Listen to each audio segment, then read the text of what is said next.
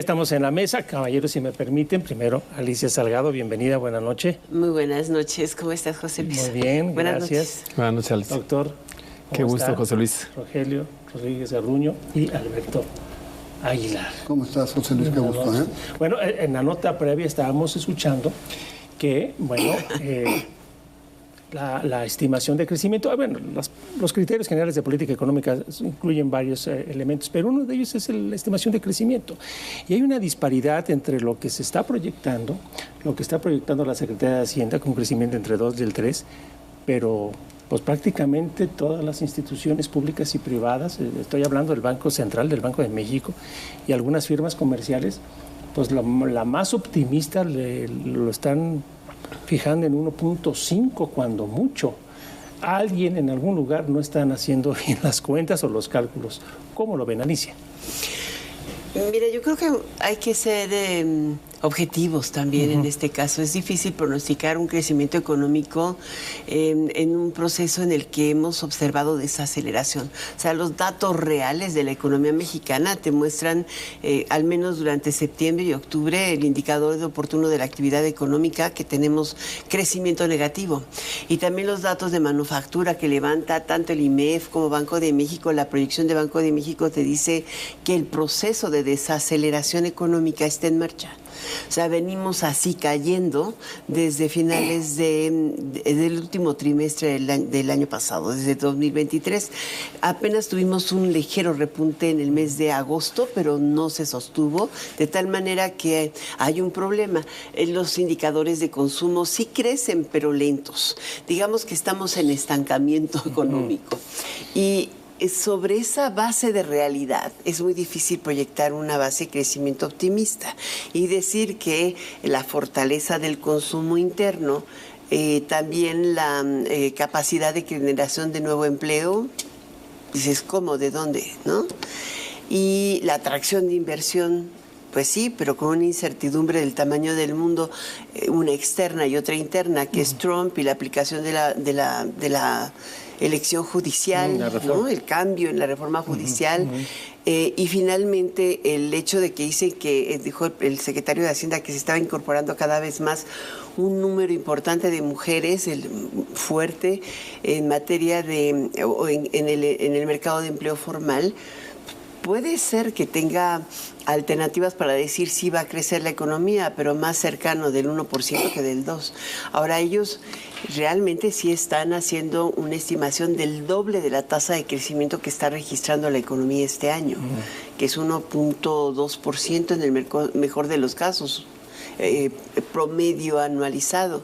Entonces, para el año que entra, tener un doble de crecimiento supone o que tenemos un gran flujo de comercio exterior o que tenemos una gran capacidad de generación de empleo a partir del sector privado, y eso representa certidumbre al sector privado. Y la certidumbre parece ser que es, digamos, la fibra más sensible con este asunto de la reforma en la estructura judicial. Alberto Aguilar.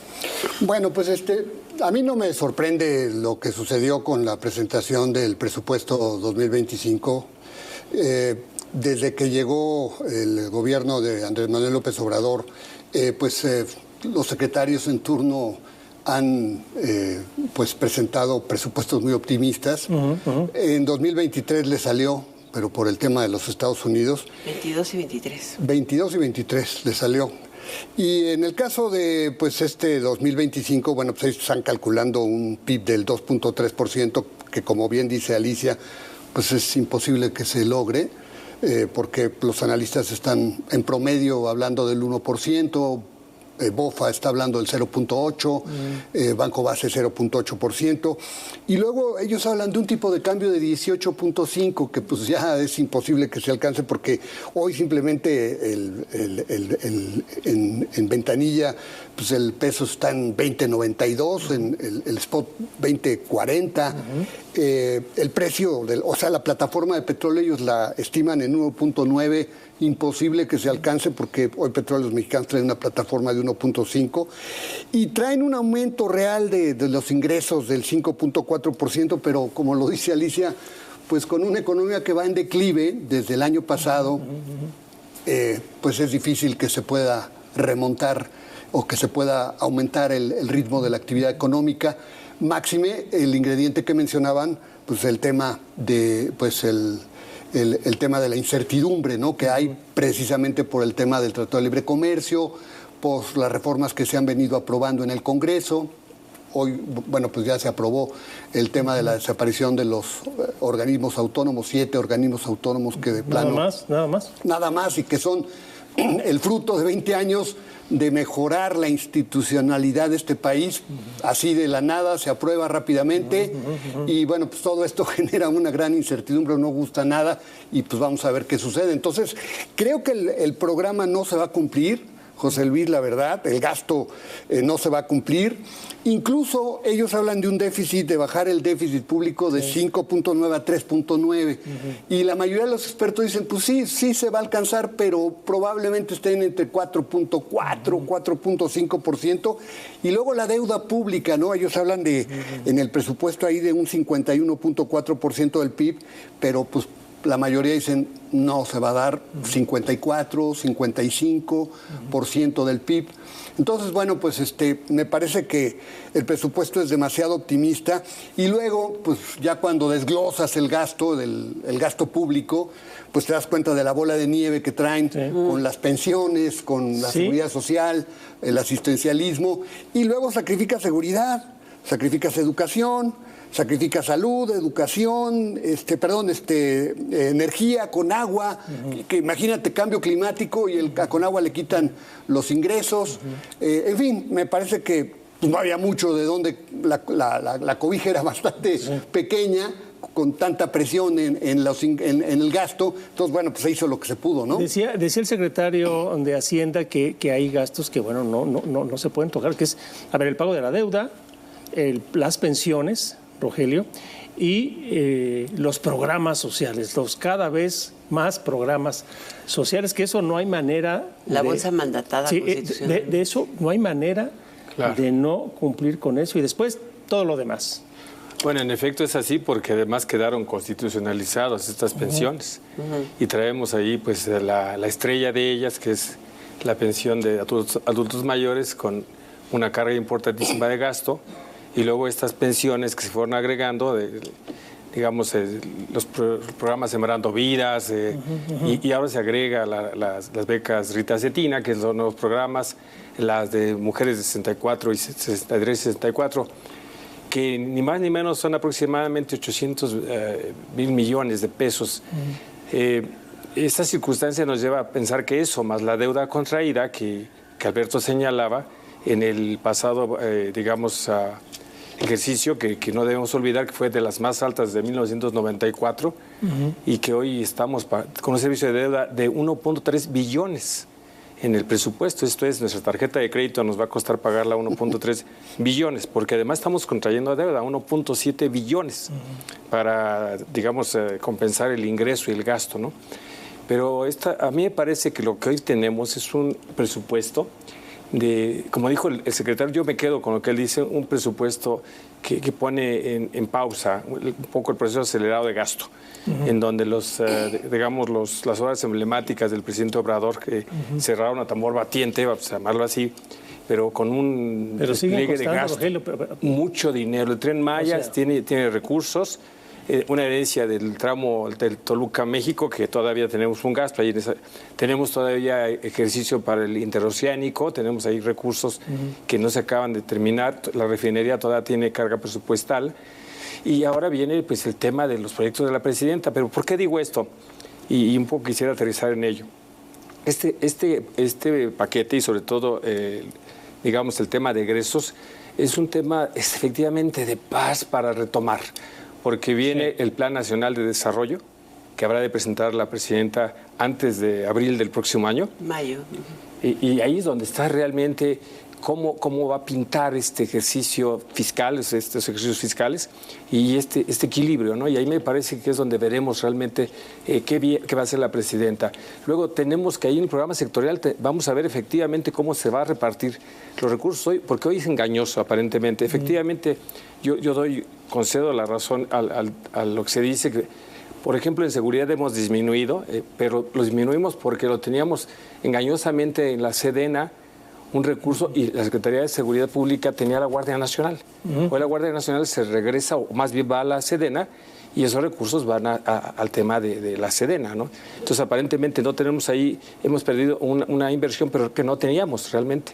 Luego, por el otro lado, tenemos este tema del IMSS Bienestar, que se convierte en una suerte de catalizador, digamos, vamos a decir que proveedor de los servicios de contratación médica y de medicamentos, etcétera, una coordinación. Y aparentemente no hay una disminución real. Lo que sí me preocupa mucho, y con esto cierro, hay casi nada de obra física. En realidad esto es muy irrelevante porque la justificación de la deuda en términos del artículo 73 de la Constitución es para que lo hagas infraestructura, para que generes una estabilidad en el caso de un desequilibrio financiero o en caso de emergencia. Y no estamos en ninguna de ellas, estamos contrayendo 1.7 billones de pesos, ¿no? Claro que sí, lo estás contrayendo para poder equilibrar las finanzas públicas. De lo contrario, no podrías subsanar ni siquiera el costo de la deuda. Esta es la realidad, o sea, estás incrementando la deuda y estás acomodándola dentro de los ingresos. O sea, lo que tienes es un acomodo presupuestal, eso es importante considerar. Mira, más allá de todo, el ingreso sí está incrementándose de manera importante, no solamente por el impuesto directo y en materia de fiscalización. Hoy entran en vigor las medidas de miscelánea fiscal que se aprobaron recientemente para que empresas de comercio electrónico, particularmente chinas, paguen impuesto.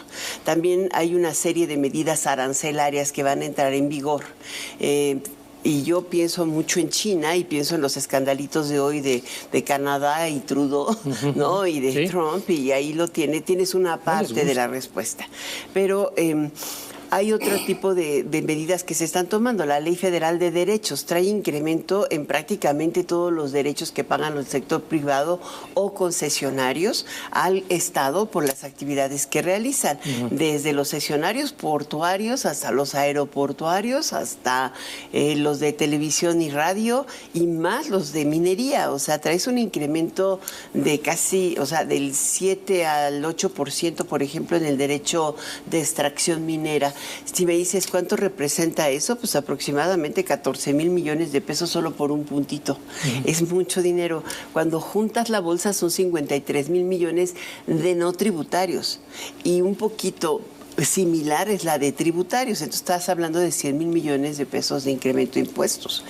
Es más fácil decir no hay y no es suficiente y deben subir tasas. Me parece que México de acuerdo con la Organización para la Cooperación y Desarrollo, al menos dentro de los países OCDE y también en el índice de taxación del Fondo Monetario, México tiene las tasas más altas. Si tú juntas el impuesto sobre la renta, el impuesto al valor agregado, los impuestos locales, lo que le llaman los derechos y aprovechamientos, porque además te cobran, es parte de los impuestos, los IEPS, que son como gigaivas, en general tienes una tasa cercana al 53% sobre actividades productivas. Es de las más altas del mundo. Otra vez, Alberto, al sector productivo, a la iniciativa privada, lo que genera empleo. Es irte sobre lo fácil. Otra vez. Es irte sobre la fiscalización.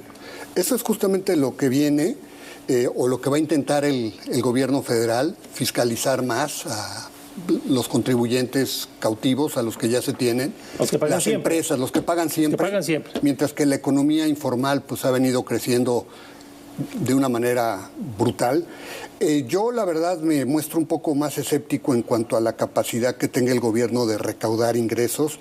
Ellos están hablando de un crecimiento de ingresos tributarios del 3%, pero si la economía no crece, no puedes recaudar.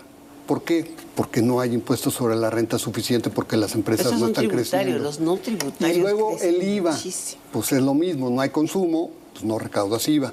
IEPS, lo mismo, no hay crecimiento, pues no recaudas el IEPS de la gasolina porque la gente utiliza menos los coches, hay menos transporte. Y luego a esto le agregas los que tienen que ver con el petróleo, ¿no? Pues si tienes una plataforma de petróleo baja, pues también. Y luego le agregas el tema de que mucho del petróleo lo van a reorientar para el mercado interno y no para exportación, que es un tema ahí medio complicado de entender, porque no es muy redituable, pues al final de cuentas también le estás pegando a los ingresos tributarios.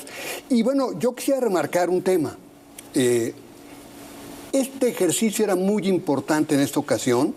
Yo les decía, bueno, la verdad no me sorprende que pues haya sido un ejercicio, digamos, muy optimista. Así se ha presentado en los últimos años. Pero ahora era muy importante, José Luis, que la Secretaría de Hacienda tratara de ser, digamos, muy cercano a lo que piensan los analistas, porque está la mirada de las calificadoras. Sí. Ya nos cambiaron la perspectiva recientemente, ya tenemos muy baja calificación con Fitch.